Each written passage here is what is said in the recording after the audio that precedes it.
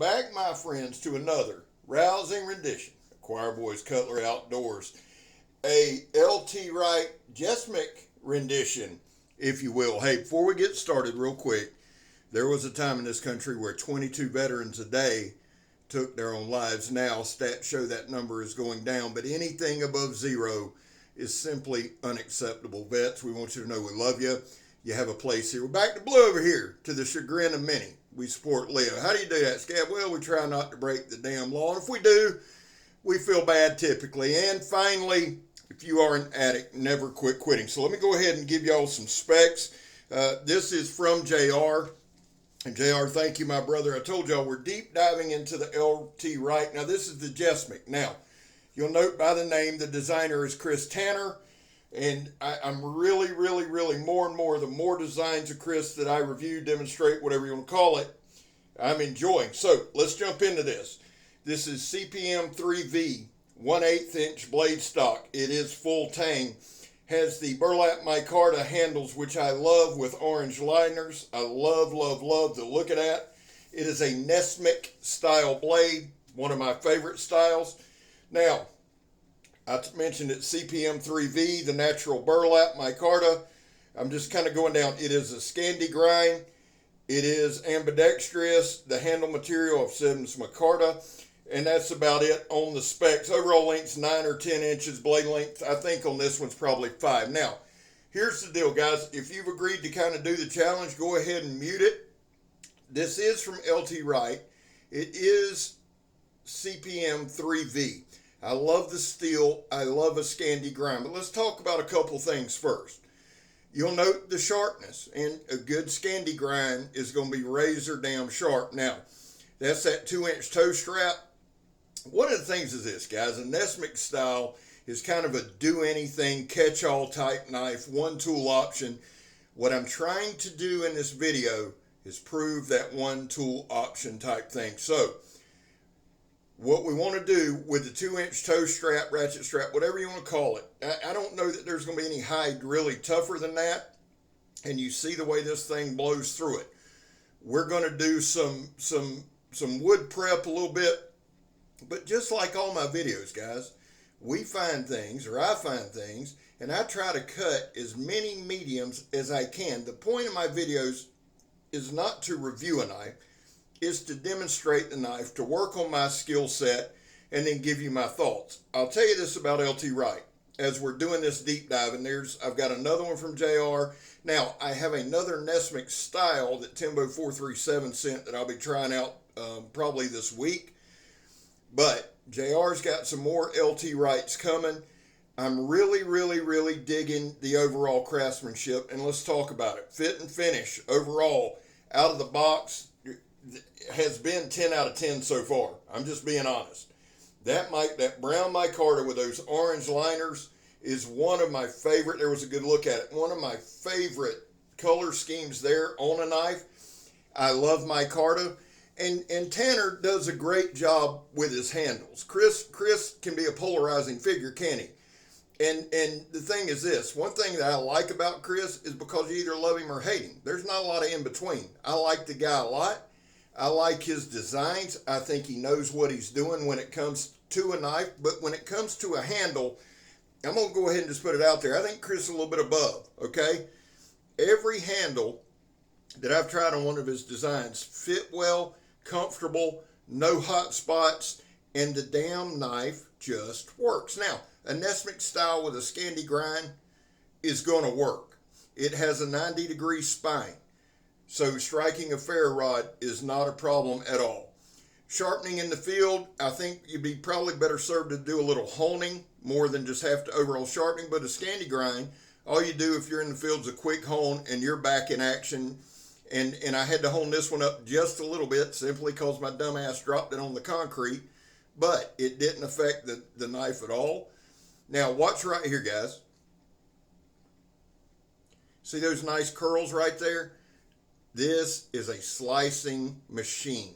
Now, the other thing with a Jasmic style, a lot of people would call that maybe a modified clip. I know that I would call it a modified clip. I could be wrong. I'm sure several people will point that out. But here's the deal. I love the elongated elongated belly on this knife. It does what it's supposed to do. The tip, you've seen on the ratchet strap, y'all seen the tip made short work when we dragged that tip and we cut it in half like you see on the ratchet strap. From tip to handle, the damn knife is super sharp, and I'm hoping to show that in this video. I'm also hoping to use this video to just watch the knife work. Now, if this is your first Choir Boys Cutlery video, let me tell you a couple things, and you're going to hear these just about every video. I'm redundant for a reason. I don't call them tests, I call them demonstrations. But you're going to see the same demonstrations over and over again with various knives. Why? It's hard to compare knives. It really is. You're not going to chop the same, you're not going to stab the same, you're not going to cut the same. But if we do the same demonstrations over and over, if we use the same materials, you can see how one knife might perform better than the other. The other point of my videos is this. It's my journey in this knife world. We're not the QVC network. I'm not trying to sell you shit. Whether you buy it or you don't, that's on you. I do like giving you a good look at the knife. Just for reference, I have a large to extra large hand. My fingers are medium to medium. They're not medium to large, it's medium. I've said this a million times, I'm built like the world's tallest dwarf, son. So there's a lot of knives that are very comfortable in hand. But if you look at the maul of my hand, you can see that there's handle at the beginning and the end. So there's ample handle there. Very, very comfortable in hand. Right here, we're just pulling out the tacks and the end of the wood. They were there, so I figured we'd use it. No damage to the edge whatsoever. No damage to the tip. Now right here, y'all see that knot. You see the knot. There you go. There's old knot. We go right through it. Now here in a second, we're going to drive down into the knot. And that's more to get a look at the edge. Does it roll? Does it chip? Does it ding? Does it do anything? No. And let me clarify something. The paper cutting test was the knife straight out of the box. I walked outside, I took it to work and dropped it on the concrete. Did I have to hone it? No. But I want to give you the most realistic demonstration that I can. So a quick strop, quick hone, and we were back in business. Now, you seen right there, we tapped down into the knot, pulled it back, checked the edge, and now we're going to continue on. No rolling, no chipping, no damage, no nothing. I found with LT WRIGHT, man, not only is their build quality spot on, not only is their fit and finish spot on, not only is the sharpness spot on, not only are they gorgeous knives, but they're highly functional. They are highly, highly functional knives. And people ask me, Scab, why do you always say you're a novice at best? Because when it comes to bushcrafting, woodworking, things like that, working a tri-stick, carving, I am absolutely a novice. So if you see a knife perform very, very well on this channel, it's not my skill set. Typically, it's the knife. Hopefully, as the years roll by, because we plan on doing this a long, long time, my skill set will improve. There I am looking at the camera, looking good, Scabber.